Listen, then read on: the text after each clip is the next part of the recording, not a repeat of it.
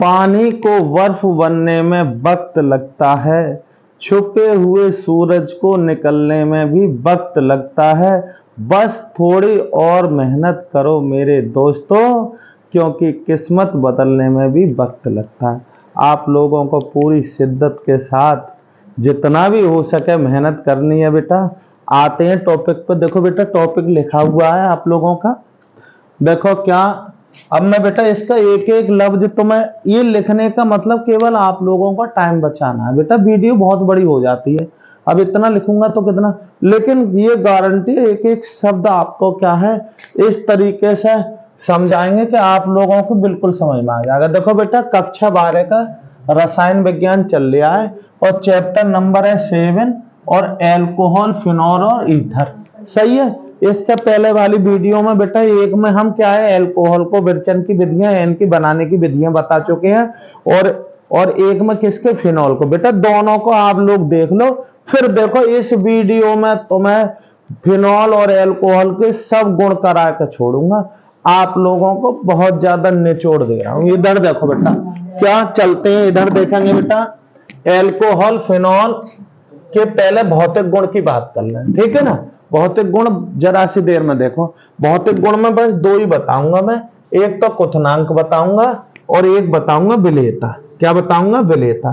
पहले देखो क्वथनांक, एल्कोहल और जो फिनॉल है यहां बता रहा हूं, पहले लिखा हुआ देख लो। एल्कोहल और फिनॉल के क्वथनांक कार्बन परमाणुओं की संख्या बढ़ने पर बढ़ते हैं और एल्कोहलों में शाखन यानी कि श्रृंखलन बढ़ने के साथ क्वथनांक क्या होते हैं बेटा, घटते हैं। समझ में आ गई होगी। एक लाइन में अपने शब्दों में देखो बेटा कैसे है कि एल्कोहलों में जो कार्बन परमाणुओं की संख्या बढ़ रही है, सही है, तब क्या होता है, क्वथनांक बढ़ता है। परंतु एल्कोहलों में श्रृंखलन बढ़ने पर क्वथनांक क्या होता है, घटता है। ठीक है। अब देखो देखो जैसे ये मैंने CH3OH लिखा है, क्या है ये, मेथेनॉल है। CH3CH2OH ये एथेनॉल है। CH3CH2CH2 और OH ये प्रोपेन वनॉल है। यहाँ पे CH3CH CH2 और CH3 और यहाँ पे दूसरे वाले कार्बन पर OH है, यानी कि ब्यूटोन 2ऑल है। यहाँ पे क्या है, CH3 CH2 CH2 CH2 और OH, ब्यूटेन वनॉल है। यह है 5 कार्बन का एल्कोहल। समझ रहे हैं। अभी मैंने ये बताया है एल्कोहल या फिनॉल ले लो, उनमें पता कार्बन परमाणु की संख्या बढ़ने पर क्वथनांक बढ़ते हैं, परंतु श्रृंखलन बढ़ने पर क्वथनांक घटता है। अर्थात अगर आप देखो प्राथमिक, द्वितीयक और तृतीयक में प्राथमिक के सबसे ज्यादा क्वथनांक, उससे कम द्वितीयक का और सबसे कम तृतीयक का। प्राथमिक, द्वितीयक, तृतीयक समझते ही देखो, जैसे जैसे हम देख रहे हैं बेटा ये मेथेनॉल है, इसका मतलब 1 कार्बन का एल्कोहल है। एथेनॉल का मतलब क्या होता है बेटा, 2 कार्बन का एल्कोहल है। प्रोपेनॉल का मतलब है 3 कार्बन का। ब्यूटेनॉल का मतलब है 4 कार्बन का। और ब्यूटेनॉल बनॉल, ये भी ब्यूटेनॉल 2 और 1 है, तो श्रृंखलन इसमें ज्यादा हो रही है, इसमें कम हो रही है। अर्थात ये प्राथमिक है और ये द्वितीयक है, तो इसलिए द्वितीयक का कम है, द्वितीयक से ज्यादा। अगर कार्बन परमाणु संख्या समान है तो बेटा अभी मैंने बता दिया प्राथमिक का सबसे अधिक होता है और द्वितीयक का प्राथमिक से कम और सबसे कम काय का होता है, तृतीयक का। और ये बेटा 5 कार्बन का, यानी कि एक कार्बन मैंने बढ़ा के दिखाया है। तो क्वथनांक क्या होते हैं, बढ़ते हैं। कार्बन परमाणु की संख्या बढ़ने पर क्वथनांक क्या होते हैं, बढ़ते हैं। अब समान में देखो, जैसे मैंने ये दिखाया है बेटा, इधर देख लो बेटा, छोटा छोटा लिखा हुआ है, हो सकता है तुम्हारी समझ में ना आ रहा हो, तो मैं इसीलिए स्पेशली दिखा रहा हूं तुम्हें, और मैं कुछ ना है। इसमें क्या है बेटा, ये भी 4 कार्बन का, ये भी 4 कार्बन का है, लेकिन ये बनॉल है और ये क्या है, 2ऑल है। अर्थात इसका मतलब क्या है बेटा, ये द्वितीयक एल्कोहल है और ये प्राथमिक का। अभी अभी बता रहा हूं बेटा, प्राथमिक का एल्कोहल का क्वथनांक द्वितीयक से अधिक होता है। तो यहाँ पे मैंने ये उदाहरण भी बता दिया। अगर ये आ जाता है कि इनका क्या है, क्या मेथेनॉल, एथेनॉल, प्रोपेन वनॉल, ब्यूटेन 2ऑल, ब्यूटेन वनॉल और पेंटोन वनॉल को क्वथनांकों के बढ़ते क्रम में लिखो, तो आप क्रम भी समझ गए। पहले कम कार्बन के, फिर उसके ज्यादा, यानी कि आपको नियम याद होना चाहिए। बस इतना सा नियम है 2 लाइनों में कि एल्कोहल और फिनोलों में बेटा कार्बन परमाणु संख्या बढ़ने पर क्वथनांक बढ़ता है, परंतु श्रृंखलन होने पर, किसमें? एल्कोहलों में श्रृंखलन होने पर क्वथनांक क्या होता है? घटता है। समझ गए? अब देखो बेटा, ये अब देखो मैंने ये बात नोट में लिख दी है बेटा, एक बात नोट में लिख दी, क्या? कि एल्कोहल और फिनॉल में OH एकल बंध OH समूह अंतरा आणविक हाइड्रोजन आबंध बनाते हैं। फिनॉल में और बेटा एल्कोहल में जो एकल बंध OH होते हैं ना, वो पता है कौन सी बंध बना लेते हैं? अपने अणु के अंदर ही अंतरा हाइड्रोजन आबंध बनाते हैं या अंतरा आणविक हाइड्रोजन आबंध बनाते हैं। लगभग समान आणविक द्रव्यमान वाले अन्य वर्गों के यौगिकों की तुलना में एल्कोहल और फिनॉल के क्वथनांक कैसे होते हैं? उच्च। ये क्या लाइन बताइए बेटा, नोट में मैंने इसी लिखा लिए दिया है क्योंकि ये अलग क्वेश्चनों का आंसर है। पता है कैसे? भाई यहां हमने दिखाया है कि एल्कोहल और फिनॉलों में एकल बंध OH समूह होता है और ये क्या करते हैं? अंतरा आणविक हाइड्रोजन आबंध बनाते हैं। ठीक है, लगभग समान आणविक द्रव्यमान, यानी कि ये 3-4 श्रेणी के यौगिक ले लो और उनके द्रव्यमान कैसे हो? समान हो। तो पता है किसका? एल्कोहल का सबसे ज्यादा होता है। जैसे यहां बताया अन्य वर्गों के यौगिकों की तुलना में एल्कोहल और फिनॉल क्या होते हैं? क्वथनांक उच्च होते हैं। जैसे बेटा ये 4 कार्बन का है, चलो मैं सूत्र दिखा दे रहा है इसको, क्या इधर साफ कर रहा हूं बेटा, थोड़ा इधर साफ कर दे रहे हैं, देखो तब तुम्हें यहाँ बताने की जगह मिल जाएगी, या आप लोग पता ही होगा क्या कर रहे हैं हमने, है ना। देखो यहाँ देखो बेटा, ये क्या है? एन ब्यूटेन है, यानी कि 4 कार्बन की CH3 CH2 CH2 और CH3, यही तो होगी एन ब्यूटेन। ये एथॉक्सी एथेन, ये क्या है बेटा? ईथर का है, यानी कि ये ऐसे है CH3 CH2O और CH2 और CH3, ये भी 4 कार्बन का है। ये ब्यूटेनॉल यानी कि एल्डिहाइड है 4 कार्बन का, तो CH3 और CH2 और CHO। और ये बेटा है ब्यूटेनॉल, यानी कि ये 4 कार्बन का एल्कोहल, CH3 CH2 और CH2 और OH। ये बेटा क्या है? N butane. ये क्या है? Ethoxy ethane. ये क्या है? ब्यूटेनॉल। और ये है ब्यूटेनॉल, यानी कि ये एल्केन है, ये ईथर है, ये एल्डिहाइड है और ये क्या है? आपका एल्कोहल। तो एक लाइन में हमने बताया लगभग समान द्रव्यमान वाले अन्य वर्गों के यौगिकों की तुलना में एल्कोहल और फिनॉल के जो क्वथनांक होते हैं उच्च होते हैं। अब देखो एल्कोहल के क्वथनांक आपको पता है किस किस से अधिक होते हैं बेटा? एल्केनों से। अगर समतुल्य द्रव्यमान है, समान द्रव्यमान वाले हैं, लगभग समान द्रव्यमान वाले, तो एल्केनों से अधिक होता है। और किससे? एल्डिहाइडों से अधिक होता है और ईथर से अधिक होता है, तब एल्कोहल होता है। यानी कि अगर समान द्रव्यमान में देखें तो बेटा एल्केनों से ज्यादा होता है ईथर का, और ईथर से ज्यादा होता है एल्डिहाइड का, और एल्डिहाइड से ज्यादा होता है किसका? एल्कोहल का। तो क्या बताया? समान लगभग समान द्रव्यमान वाले क्या है? अन्य वर्गों के यौगिकों की तुलना में एल्कोहल और फिनॉल के क्वथनांक क्या होते हैं? अधिक होते हैं। बेटा 4 तक की लाइन सीख लो।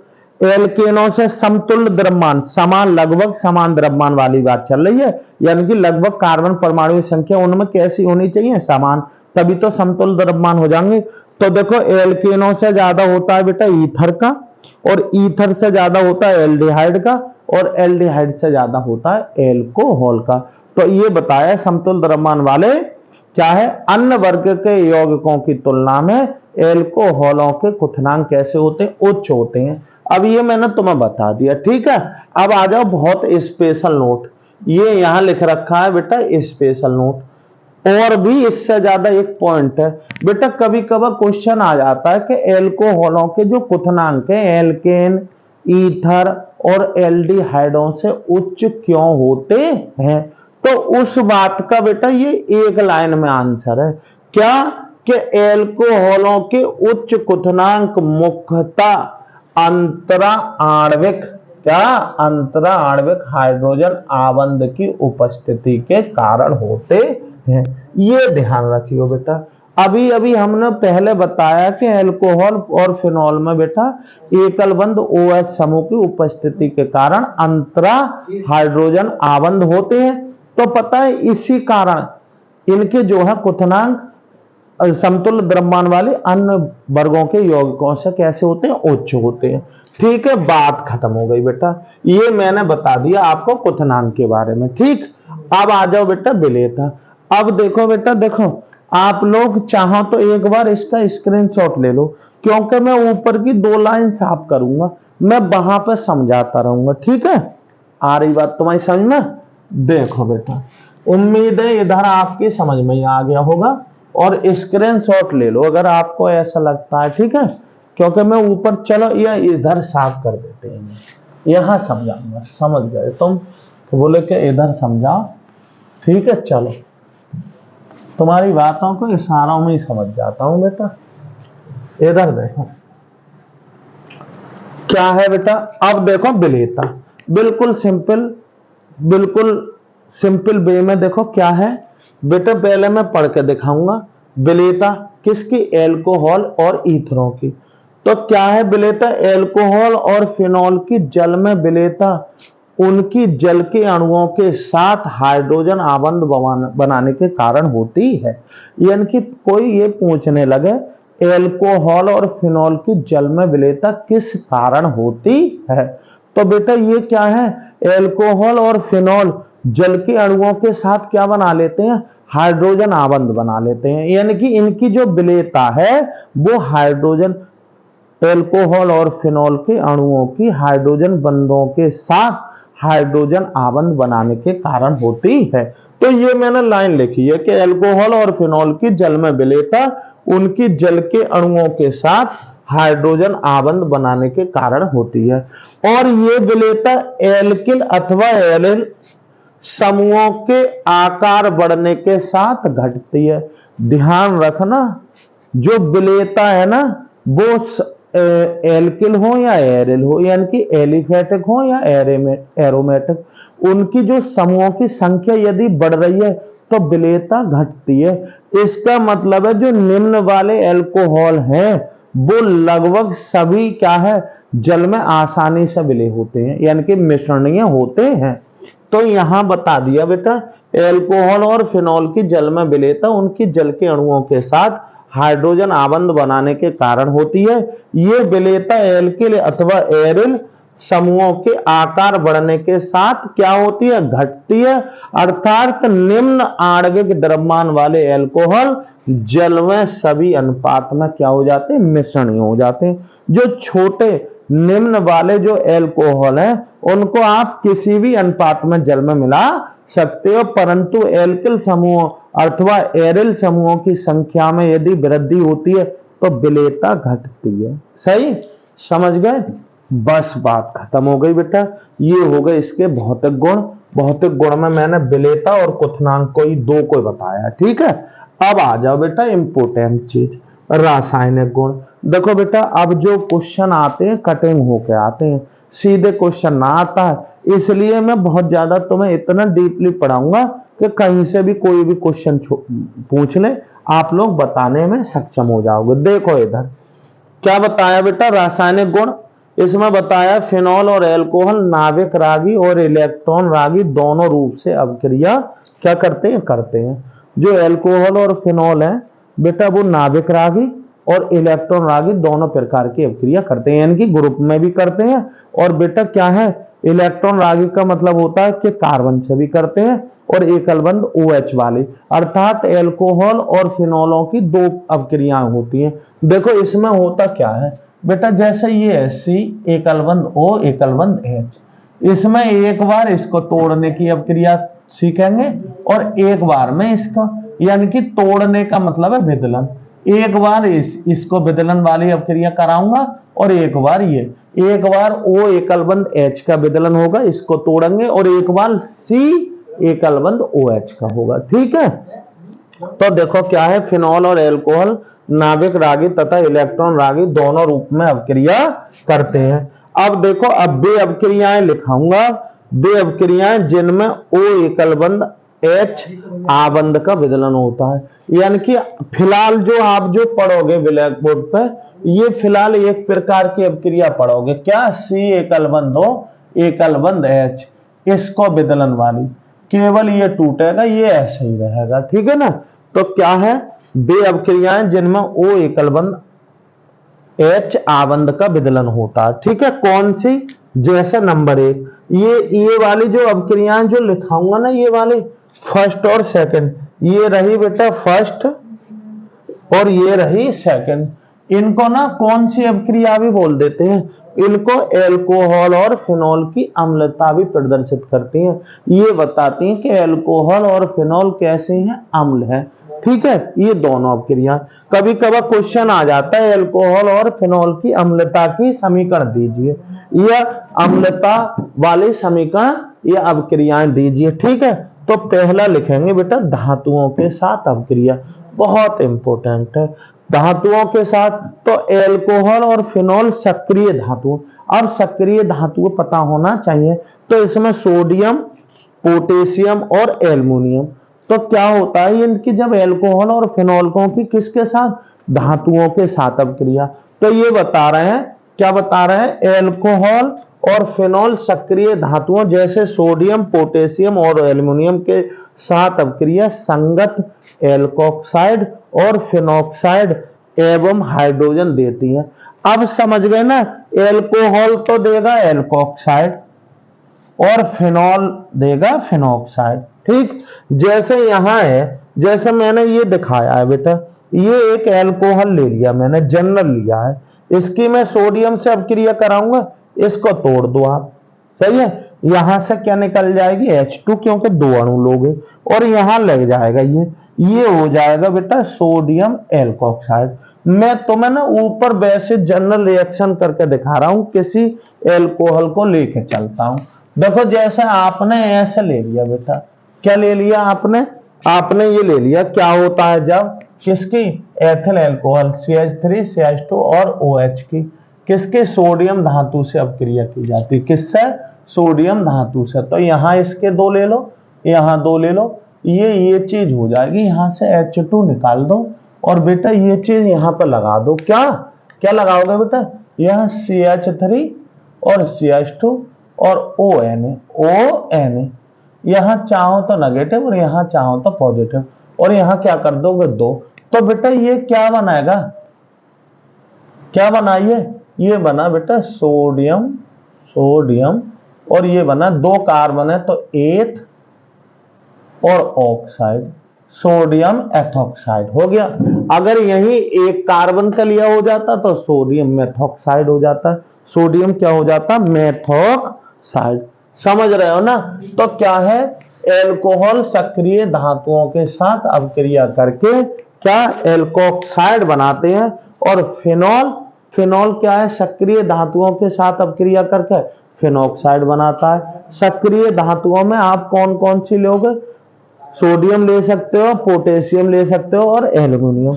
देखो बेटा ये इसी प्रकार मैंने इसकी देखी, ये क्या है, तृतीयक एल्कोहल है, इसकी एल्युमिनियम से कराओगे, अब Al की संयोजकता होती है बेटा 3, क्या ले ले 3, तो इसलिए यहां कितने लोगे आप, 6 लोगे, कितने लोगे 6। तो यहां पर क्या हो जाएगा, क्योंकि हमें पता है इतने ग्रुप को तोड़ूंगा, इतने को तोड़ूंगा ना तोड़ूंगा, बताओ, क्योंकि O एकल बंध H का ही तो विदलन करती है धातु में।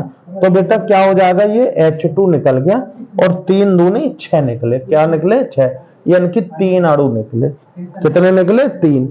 अब इसके 3 इसके Al के साथ लगा दो, तो क्या करोगे, C एकल बंध CH3, नीचे CH3 एकल, इधर भी CH3 और एकल बंध O, इसका होल थेराइस और Al, क्या बोलूंगा इसको, ये हो गया एल्युमिनियम, है ना।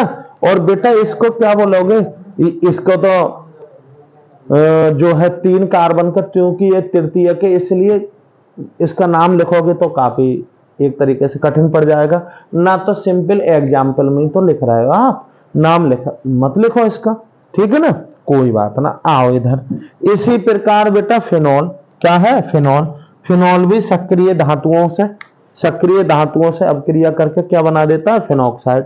सिंपल है, फिनॉल लो 2Na ले लो, इसके भी 2 लोगे, यहां से H हटाऊंगा, 2 लेने पर H2 निकल जाती है और बेटा ये सोडियम फिनॉक्साइड प्राप्त हो जाता है।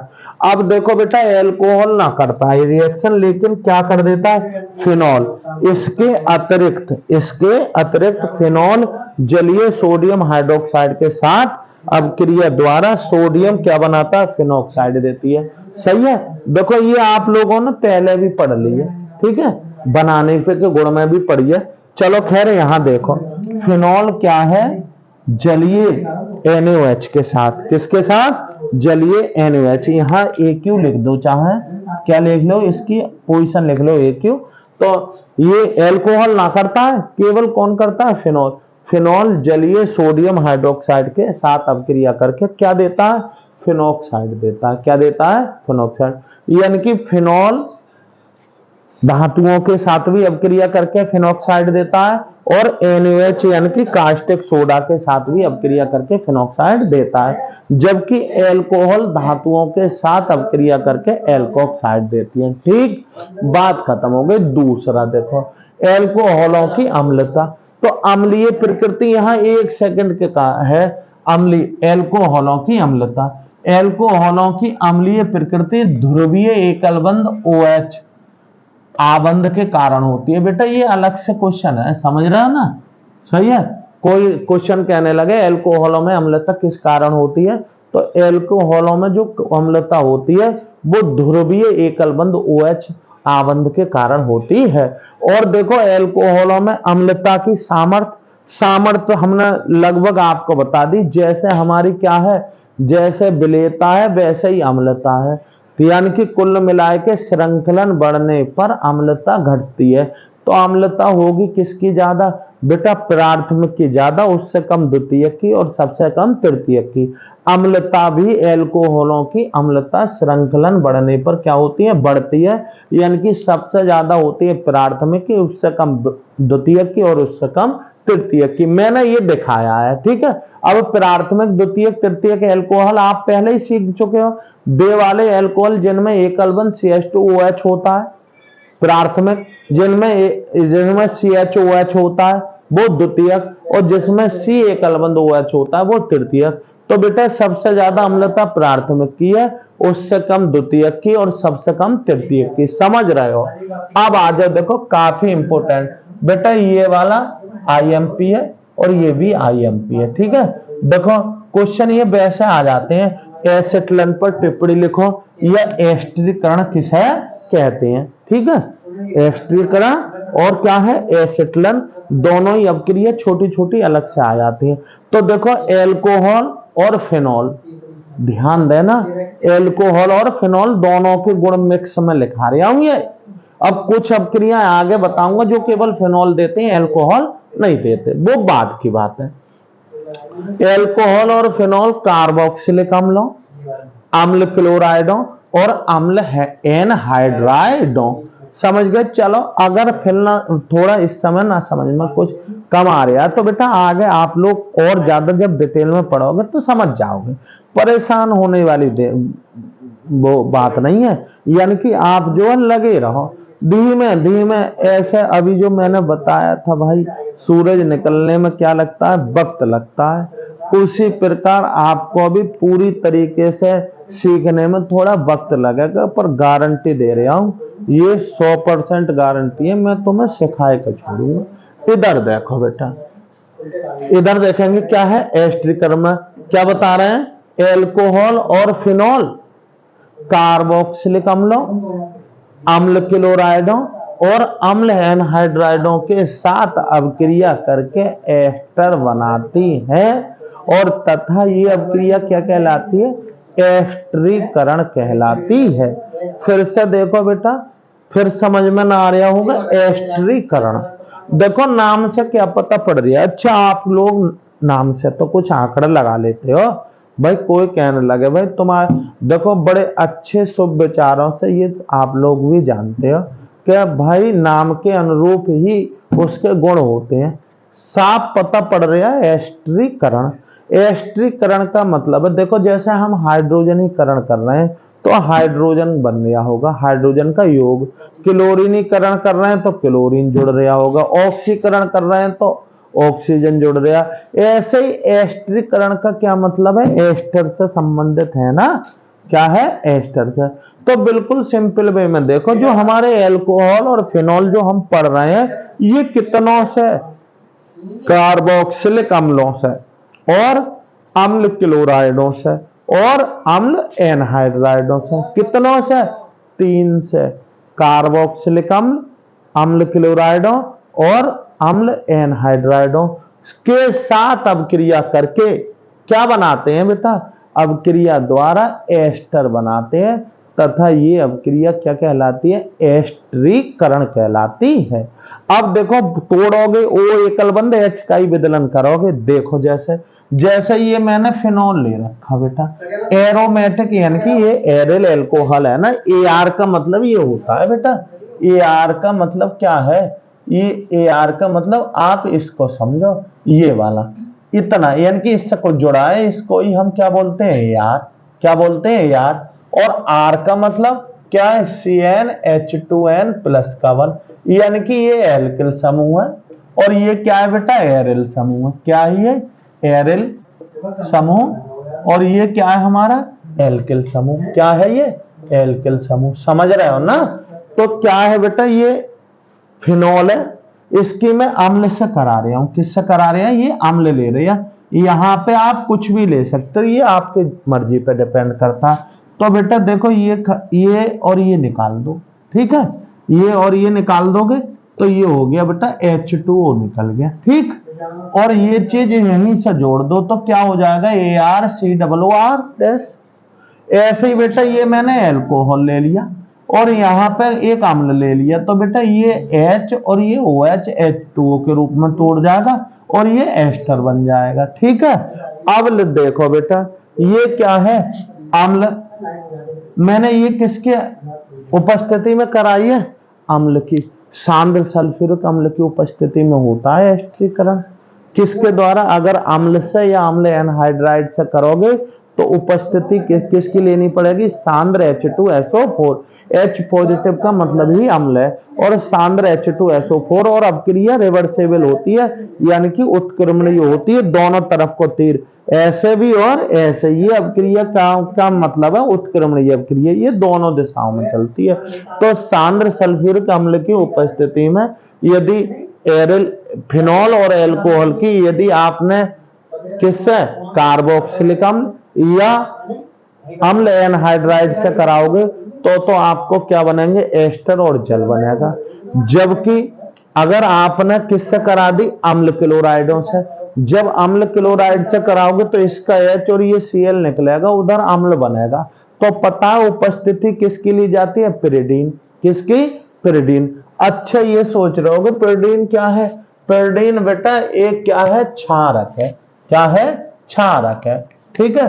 कैसा, देखो बेंजीन का सूत्र देखा है आपने, C यहां C यहां C यहां C, ये दो एक बंद, फिर एकल बंद, फिर दो एक बंद, फिर एकल बंद, फिर दो एक बंद और ये एकल बंद। अब कार्बन की संयोजकता कितनी होती है बेटा, 4। तो एक H इधर, एक H इधर और एक H इधर, यहाँ H, ये H और ये H, सही है। क्या बन गया ये, यह बना बेटा C6 और H6, ठीक। अब देखो मैं पिरिडीन बना रहा हूं, क्या बना रहा हूं, पिरिडीन। तो बेटा इसको एक को गायब कर दो कहीं से, मैंने इसको गायब कर दिया, बताओ कर दिया। और यहां N लगा दो, क्या लगा दो, N। क्या लगाओगे, N। तो बस ये पिरिडीन बन गया। काय का सूत्र है बेटा ये बेटा पिरिडीन का है। चलो देखो कितना बना, C के कितने हैं, 5। C के कितने हैं, 5। H के भी 1 2 3 4 5, H के भी कितने बेटा, 5 और एक N है। यानी कि इसमें आपने क्या करा, एक H कम करा और एक क्या करा बेटा, C कम करा। अगर बेंजीन में से ही एक H और एक C को कम करके हम क्या जोड़ दें, N, तो वो बन जाती है पिरिडीन का सूत्र। काय का, पिरिडीन। तो बेटा इसमें चूंकि हमें पता है इसके फिनॉल और का हम जो एल्कोहल है, इसकी अगर अम्ल क्लोराइडों से अपक्रिया करेंगे तो उधर एस्टर तो बनेंगे, परंतु उसके साथ क्या बनेगा, क्या बनेगा, अम्ल बनेगा, HCl बनेगा, जिसको उदासीन करने के लिए हमें ये अपक्रिया किसकी उपस्थिति में करानी पड़ती है, पिरिडीन की, जबकि औरों में क्या है, सांद्र H2SO4। बेटा पूरी बात मैंने लिख दी है, देखो ये वाली बात पढ़ के सुना रहा हूं। कार्बोक्सिलिक और अम्ल एनहाइड्राइड के साथ अपक्रिया सांद्र H2SO4 की कुछ मात्रा की उपस्थिति में संपन्न होती है तथा बने जल को तुरंत निकाल लिया। देखो उन दोनों अपक्रियाओं में बेटा जल बनेगा और उसको निकाल लूंगा, तथा अम्ल क्लोराइडों के साथ अपक्रिया में क्षारक पिरिडीन की उपस्थिति ली जाती है। कारण है उसका जिससे HCl को उदासीन किया जाए। बेटा कभी कभार क्वेश्चन कट के आ जाता है, कट के क्या आ जाता है, क्वेश्चन आ जाता है भाई एल्कोहल और फिनॉल की अम्ल हैलाइड अम्ल, कार्बोक्सिलिक अम्ल तथा अम्ल एनहाइड्राइडों से अपक्रिया में हम क्या है, सांद्र H2SO4 उत्प्रेरक की तरह उपस्थित लेते हैं, जबकि इन्हीं की अगर हम किससे कराएं, अम्ल क्लोराइड से कराएं तो पिरिडीन क्यों लिया जाता है। तो हम कहेंगे कि जब एल्कोहल और फिनॉल की किससे, अम्ल अम्ल क्लोराइड से अपक्रिया की जाती है तो अपक्रिया में HCl बनता है, जिसको उदासीन करने के लिए हमें क्या है, क्षारक पिरिडीन की उपस्थिति में यह अपक्रिया करानी पड़ती है। अर्थात HCl को क्या करना है, उदासीन भी तो करना है, उदासीन करने के लिए क्या, पिरिडीन की उपस्थिति ली जाती है। बेटा बस ये हो गया एस्टरीकरण। ध्यान रखना बेटा, एस्टरीकरण अपने आप में अलग क्वेश्चन है, ठीक। देखते हैं बेटा एसिटलन क्या है, एसिटलन। अब ये भी बहुत अच्छी रिएक्शन है, काफी इंपोर्टेंट रिएक्शन है एसिटलन। देखो बेटा ये एसिटिल समूह होता है, CH3 और CO, इसको बोलते हैं एसिटिल समूह। क्या बोले हैं, एसिटिल समूह, एसिटिल समूह, समझ रहे हो ना, ये एसिटिल समूह। अब देखो एल्कोहल और फिनॉल में, एल्कोहल और फिनॉल में एसिटिल समूह यानी कि CH3CO समूह का प्रवेश क्या कहलाता है, एसिटलन कहलाता है। फिर देखो बेटा अच्छा है, एसिटलन किसे कहते हैं, तो एसिटलन की परिभाषा है एल्कोहल तथा फिनॉल में एसिटिल समूह। अब एसिटिल समूह मैंने ब्रैकेट में लिख रखा है बेटा, CH3CO का प्रवेश क्या कहलाता है, एसिटलन कहलाता है। फिर देखो एक सेकंड, तुम्हारे कानों में जब एग्जाम टाइम बैठोगे ना मेरी आवाज गूंजेगी, इतना बता दूंगा तुम्हें। देखो फिर से क्या है, एल्कोहल तथा फिनॉल में एसिटिल समूह का प्रवेश क्या कहलाता है, एसिटलन कहलाता है। देखो बेटा अब देखो ये एस्पिरिन, ये बेटा एस्पिरिन सैलिसिलिक अम्ल, देखो कैसे प्राप्त करोगे इसमें। अब बेटा मैं यहाँ दो विधियां बताऊंगा, एक तो ये एसिटलन का उदाहरण दे रहा हूं, दूसरा क्या दे रहा हूं, दूसरा दे रहे हैं बेटा क्या, एक तो ये एसिटलन का उदाहरण हो जाएगा। कभी कभार ये कह देता कैसे प्राप्त करोगे एस्पिरिन सैलिसिलिक, क्या, एस्पिरिन सैलिसिलिक अम्ल, यानी कि एस्पिरिन कैसे बनाओगे, ठीक है। तो एस्पिरिन सैलिसिलिक अम्ल में एसिटलन से प्राप्त होती है। बेटा क्या क्या बता रहे हैं, हमने बताया एसिटलन क्या है, एल्कोहल और फिनॉल में एसिटिल समूह CH3CO का प्रवेश क्या कहलाता है, एसिटलन कहलाता है। समझ में आ गई बात। अब देखो क्या है, एस्पिरिन जो एक नाम है, ये औषधि है, वैसे तो ये एस्पिरिन, तो एस्पिरिन जो है सैलिसिलिक अम्ल में क्या एसिटलन से प्राप्त होती है। अब सैलिसिलिक अम्ल और सैलिसैल्डिहाइड मैंने इससे पहले वीडियो में करा दी, हालांकि मैं इसमें भी एक बार और दिखाऊंगा, ठीक है। तो क्या है, एस्पिरिन को प्राप्त करो। ठीक, तो हमने सैलिसिलिक अम्ल का ये सूत्र लिख रखा है, बेंजीन रिंग पे एक तो COOH दिखा दो और एक जगह ऑर्थो पे OH दिखा दो, तो ये हो गया सैलिसिलिक अम्ल। यानी कि दो ग्रुप होते हैं, एकलबंध COOH और एकलबंध OH। और किससे, एसिटिलन से कराओगे, तो एसिटिलन में क्या लोगे भाई, एसिटिलन तो हमें पता है COCH3 या CO प्रवेश कराएंगे, तो कोई ऐसा यौगिक तो लोगे, तो CH3 और CO प्रवेश कराने के लिए हमें एस्टरीकरण तो करना होगा। यानी कि या तो आप क्या ले लो, अम्ल ले लो, या एनहाइड्राइड ले लो, या अम्ल एनहाइड्राइड ले लो। तो देखो क्या ले लिया मैंने, यहाँ एसिटिक एनहाइड्राइड, ये क्या है बेटा, ये एसिटिक एनहाइड्राइड है। इसको आप ऐसे लिख सकते हो CH3CO और यहाँ CH3CO और एकलबंध O। ये क्या है बेटा, ये है acetic anhydride, acetic anhydride, hydride, सही है, यानी कि अम्ल एनहाइड्राइड है। यहां हमने अम्ल की उपस्थिति ले ली। ठीक है, तो क्या हो जाएगा बेटा, ये वाली चीज यहां से खत्म होगी ना, बता, यहां से ये H खत्म होगा, क्या होगा H, और यहां पे ये जुड़ जाएगा। ठीक है, क्या जुड़ जाएगा, ये जुड़ जाएगा, COCH3 यहां प्रवेश कर जाएगा, समझ रहे हो ना, COCH3 प्रवेश कर जाएगा, और यहां क्या बचा, CH3COO बचा, क्योंकि एक तो इसका बचा, एक हो ये, और ये H मिलकर क्या बना लेंगे, एसिटिक अम्ल प्राप्त हो जाएगा, और ये प्राप्त होगी एस्पिरिन। क्या है, एस्पिरिन क्या है, एसिटिलिन सैलिसिलिक अम्ल को, क्या है, एसिटिल सैलिसिलिक अम्ल को ही क्या बोलते हैं, एस्पिरिन कहते हैं, जो सैलिसिलिक अम्ल के क्या कहते हैं, किससे प्राप्त होती है, जो सैलिसिलिक अम्ल के एसिटिलिन से प्राप्त होती है। बस बेटा 1 मिनट ना, आधा मिनट रुकेंगे, ऐसा समझो। देखो बेटा इधर अब कौन सी अभिक्रिया है, वे अभिक्रिया हैं जिसमें कार्बन एकलबंध O आबंध का विदलन होता है। इससे पहले जो अभिक्रियाएं पढ़ी आपने अल्कोहल और फिनॉल की, कौन सी अभिक्रियाएं पढ़ी, वे अभिक्रियाएं पढ़ी थी जिनमें O एकलबंध H का विदलन होता था। ठीक है, अब देखो बेटा पहली बात तो थोड़ा सा इधर ध्यान से सुन लो, क्या सुनने वाली बात है, ये C एकलबंध आबंध का जो विदलन होता है केवल एल्कोहलों में पाया जाता है, केवल किसमें पाया जाता है, जो C एकलबंध पूरा OH गायब हो रहा है, क्या क्या हो रहा है, OH, वो केवल किसमें पाया जाता है, एल्कोहल में। फिनॉल तो केवल ऐसी एक अभिक्रिया देता है, केवल ये अभिक्रिया जिंक चूर्ण के साथ देता है। देखो ये बहुत अच्छी इंपोर्टेंट अभिक्रिया, ये वाली बहुत कई बार बोर्ड परीक्षा में छपी हुई अभिक्रिया है। क्या होता है, जब फिनॉल की यसद रज, यानी कि इसको ही क्या बोलते हैं, जिंक चूर्ण, क्या बोलते हैं, जिंक चूर्ण के साथ अभिक्रिया, किसके साथ, जिंक चूर्ण के साथ अभिक्रिया की जाती है।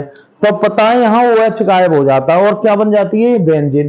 केवल फिनॉल एक ही अभिक्रिया देता है, यानी कि C एकलबंध O का जिसमें विदलन होता है, तो फिनॉल केवल एक ही अभिक्रिया देता है, किसके साथ, जिंक चूर्ण के साथ, बाकी के तो सब एल्कोहल के देते हैं।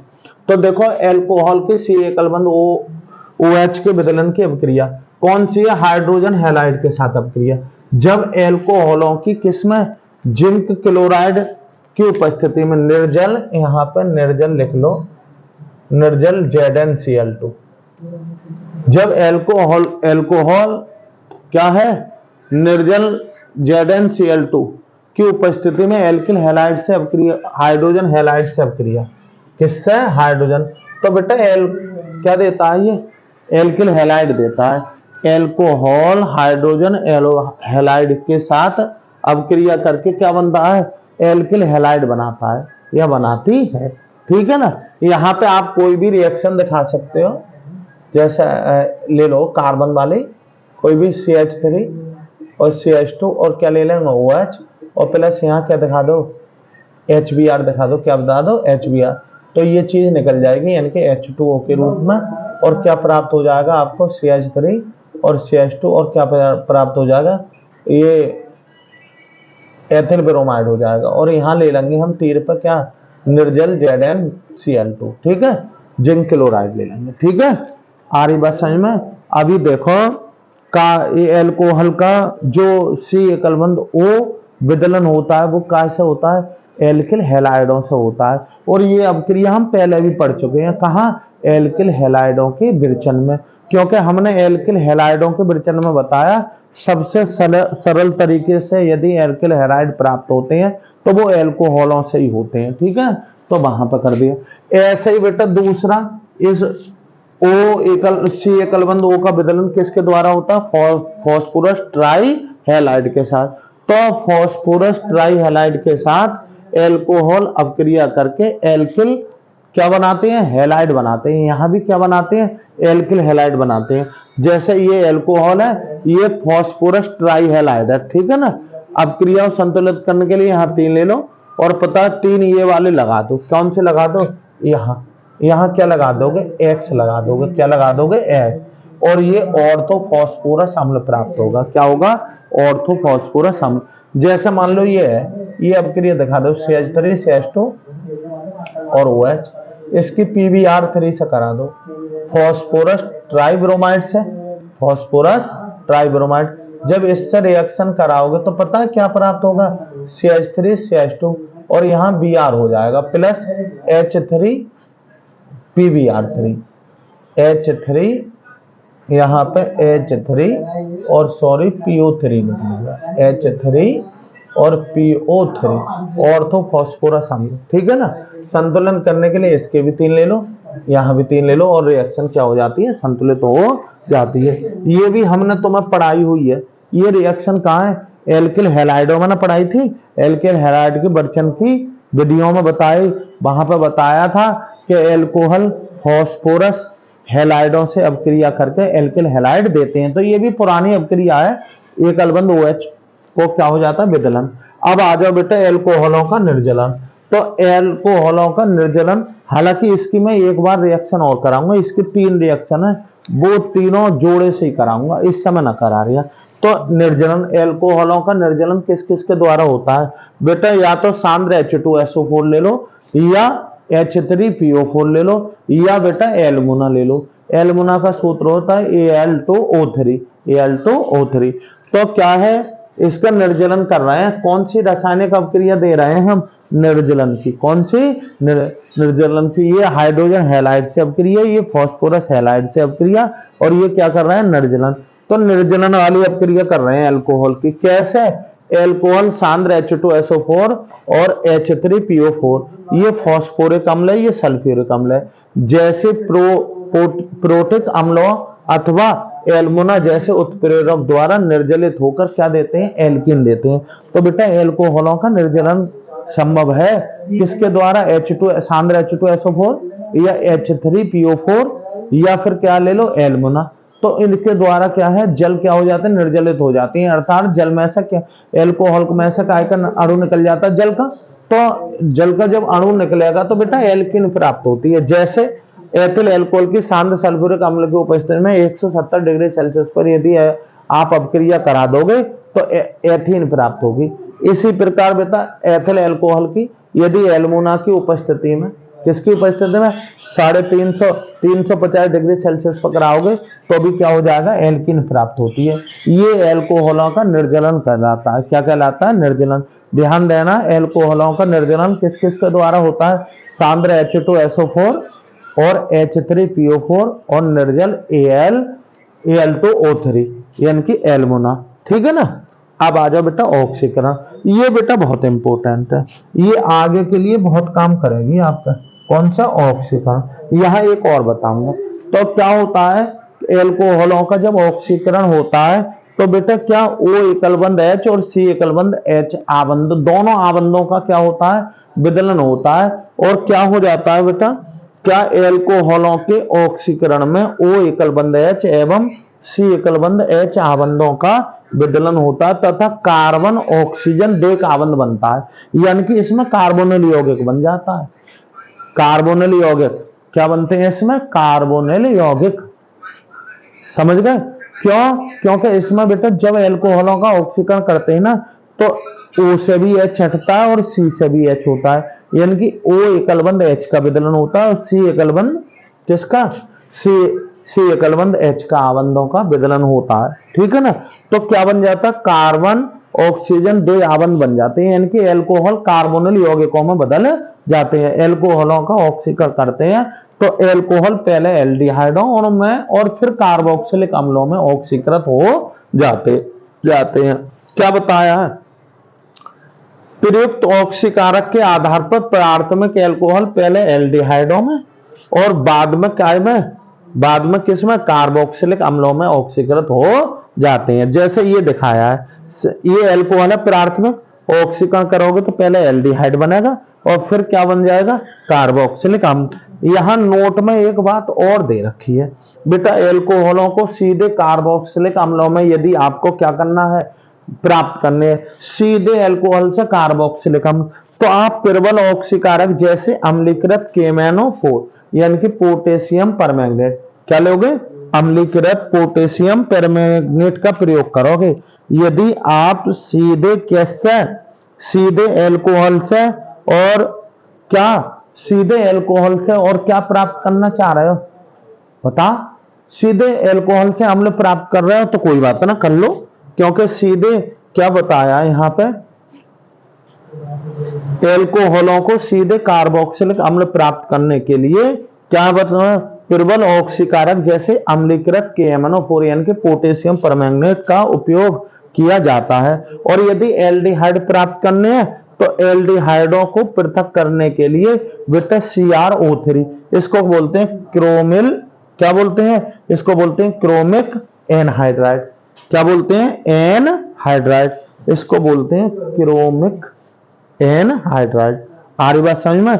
यदि आपको क्या करना है, यदि आपको एल्डिहाइड बनाने हैं तो एल्कोहल की क्रोमिक एनहाइड्राइड से करा दो, किससे, क्रोमिक एनहाइड्राइड CrO3, ठीक। और यदि आपको सीधे एल्कोहल से क्या बनाना है, आपको अम्ल, तो आप वो अम्लीकृत कौन सा वाला, KMnO4 पोटेशियम परमैंगनेट का प्रयोग किया जाता है, ठीक है। देखो फिर से ये नोट एक बार पढ़ लो, एल्कोहलों को सीधे कार्बोक्सिलिक अम्ल प्राप्त करने के लिए प्रबल ऑक्सीकारक जैसे अम्लीकृत KMnO4 का उपयोग किया जाता है और एल्डिहाइडों को पृथक करने के लिए CrO3 का निर्जल माध्यम में ऑक्सीकरण की तरह उपयोग किया जाता है। यदि आपको क्या है, एल्कोहल से एल्डिहाइड प्राप्त करनी है तो ये निर्जल माध्यम में, कौन से माध्यम में, निर्जल माध्यम में CrO3 क्रोमिक एनहाइड्राइड का प्रयोग किया करोगे। और यदि आपको सीधे क्या है, सीधे ऐसे करनी है CH3OH से सीधे आपको अम्ल प्राप्त करना है, क्या प्राप्त करना है, यहाँ पे RCOOH, सही है। तो यहाँ पर KMnO4 लिखना पड़ेगा, क्या लिखना है, KMnO4, और यहाँ कैसे लिखोगे, अम्लीय, क्या लिखोगे, अम्लीय KMnO4 से सीधे अम्ल में जो हो, अम्ल में आपको ऑक्सीकृत हो जाएंगे, वरना पहले एल्कोहल एल्डिहाइडों में और फिर अम्ल में, ठीक है, समझ गए। देखो बेटा ये फिनॉल की, ये बहुत इंपॉर्टेंट रिएक्शन है, एक रिएक्शन इसमें से छप जाती है, ठीक है ना। देखो कैसे, फिनॉल की इलेक्ट्रॉन रागी एरोमेटिक प्रतिस्थापन अभिक्रिया, ठीक है, बाकी की थोड़ा अगले वीडियो में बताऊंगा, इसमें थोड़ा सा देख लो आप क्या है फिनॉल। अब बता क्या होती है, जो इलेक्ट्रॉन रागी प्रतिस्थापन अभिक्रिया में क्या होता है, यानी कि रिंग वाली अभिक्रिया, रिंग में होने वाली अभिक्रियाएं ही के इलेक्ट्रॉन रागी प्रतिस्थापन कहलाती है। तो पहले नाइट्रीकरण कर लो। अब बेटा नाइट्रीकरण दो तरीके से होता है, इसका तनु HNO3 से कराओगे अभिक्रिया, किससे कराओगे, तनु HNO3, तो ऑर्थो और पैरा नाइट्रोफिनॉल प्राप्त होते हैं। लेकिन अगर आपने सांद्र ले लिया, क्या ले लिया, सांद्र, बेटा ये काफी IMP क्वेश्चन है ये वाला। ये क्या होता है जब फिनॉल की सांद्र HNO3, सांद्र और क्या से कराओगे आप, HNO3 से आप क्रिया कराते हैं, तो बेटा क्या प्राप्त होता है, ये 2,4,6 ट्राई नाइट्रोफिनॉल, जिसे पिक्रिक अम्ल बोलते हैं, क्या बोलते हैं, पिक्रिक अम्ल, क्या बोलते हैं, पिक्रिक अम्ल, पिक्रिक अम्ल, समझ गए बेटा। जब फिनॉल की तनु HNO3 यानी कि नाइट्रिक अम्ल से अब क्रिया कराओगे तो ऑर्थो और पैरा नाइट्रोफिनॉलों का क्या प्राप्त होता है, मिश्रण प्राप्त होता है, जिसमें हमारा पैरा कैसा होता है, मुख्य, और ऑर्थो कैसा होता है, अल्प। लेकिन अगर फिनॉल की आपने किससे करा दी, सांद्र नाइट्रिक अम्ल से, तो बेटा 2,4,6 ट्राई नाइट्रोफिनॉल प्राप्त होता है, जिसे हम क्या बोलते हैं, पिकरिक अम्ल कहते हैं। ये इसी को TNF बोल देते हैं। क्या बोलते हैं, TNF, यानी कि ट्राई नाइट्रो और फिनॉल प्राप्त होता है। देखो हैलोजनीकरण भी बहुत इंपॉर्टेंट है बेटा। ये दो अपक्रियाएं हैं, ये एक तो ये वाली आती है और एक आपकी आती है, देखो चलो दूसरे उससे दिखाता हूं। एक तो बेटा ये आप पर निश्चित आनी चाहिए, ठीक है ना, एक ये वाली और बेटा एक ये वाली। ये बेटा लगभग छपती हैं बोर्ड परीक्षा में, समझ गए, एक ये वाली, समझ रहे हो ना। दो रिएक्शन आप 100% याद रखना। अब देखो हैलोजनीकरण में, अब हैलोजनीकरण भी, ये फिनॉल का दरअसल में क्या होता है, जो इलेक्ट्रॉन रागी प्रतिस्थापन अपक्रियाएं है ना, ये दो दो पोजिशनों में देता है। जैसे तनु नाइट्रिक अम्ल से अलग देता है, सांद्र नाइट्रिक अम्ल से अलग देता है।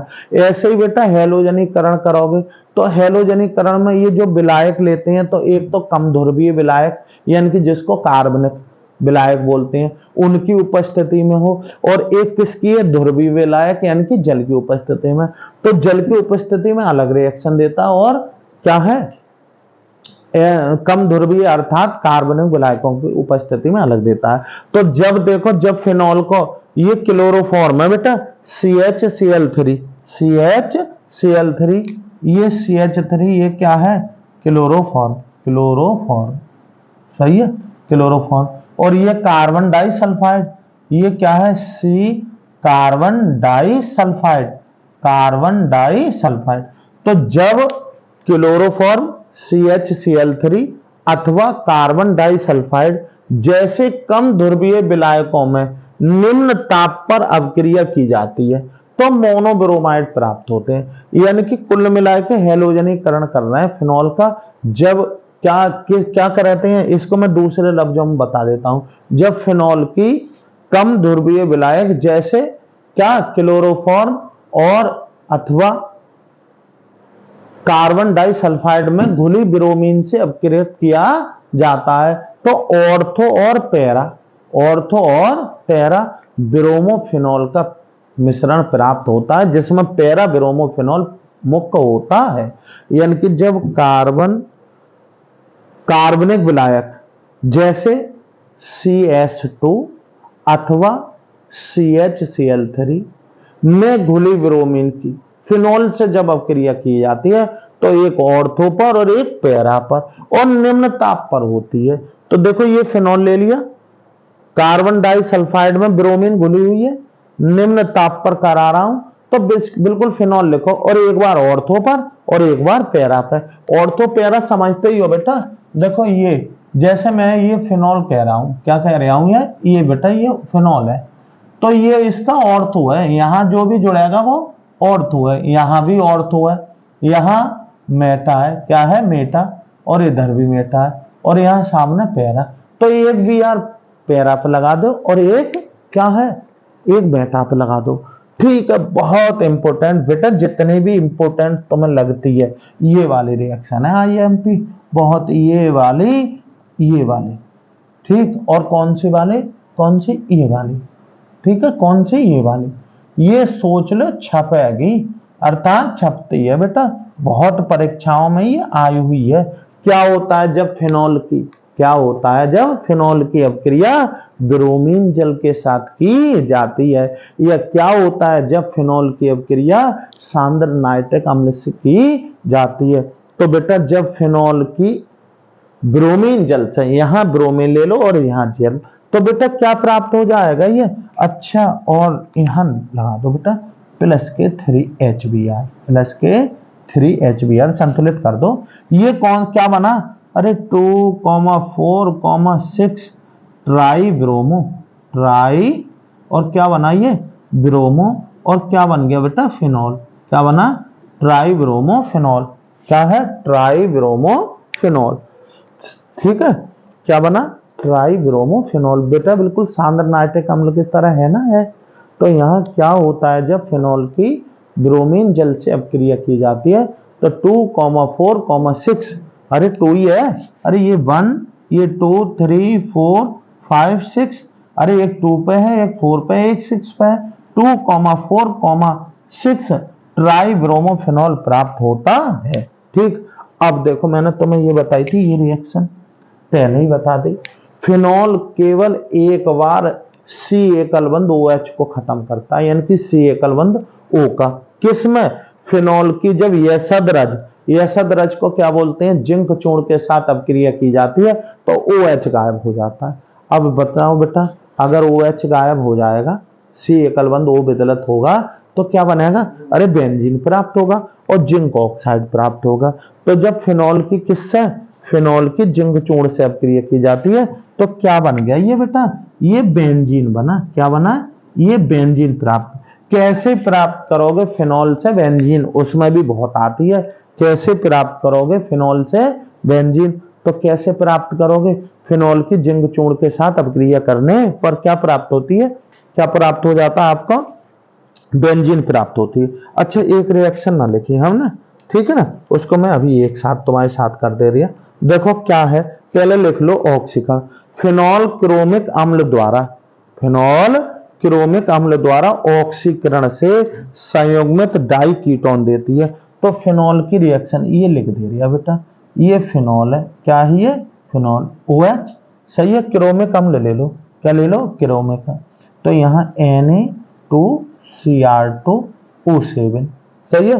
सोडियम डाइक्रोमेट है और अम्ल, इसकी प्लस क्या कर दो, प्लस ये नीचे दिखा दो H2SO4, ये हो गया साहब क्रोमिक अम्ल। क्या हो गया? क्रोमिक अम्ल। वैसे इसको Na2Cr2O7 को सोडियम डाइक्रोमेट कहते हैं। जब इसकी क्रोमिक अम्ल से कराओगे ना तो बेटा ये क्या ऐसे करोगे, सही है। अभी बेंजीन ना आइए, यहाँ 2 एक बंद, यहाँ 2 एक बंद, यहाँ 2 एक बंद और नीचे 2 एक बंद। तो बेटा ये क्या प्राप्त होता है? ये बेंजोक्विनोन प्राप्त होता है। क्या है? बेंजो और क्या प्राप्त होता? क्विनोन। इधर देखो, फिनॉल क्रोमिक अम्ल द्वारा ऑक्सीकरण से संयुग्मित डाइकीटोन, ये डाइकीटोन है। ये बेंजोक्विनोन ये क्या है? डाइकीटोन है। डाइकीटोन बनता है जिसे क्या बोलते हैं? बेंजोक्विनोन कहते हैं। सही है बेटा, कुछ अपक्रियाएं रह गई हैं, सही है, बहुत कम वो रह गई हैं जो एक वीडियो में ऐसी रिएक्शन दूंगा, गारंटी दे रहा हूं छपी मिलेंगी। ठीक है बेटा, धन्यवाद। आप लोगों ने इतनी देर बात करा।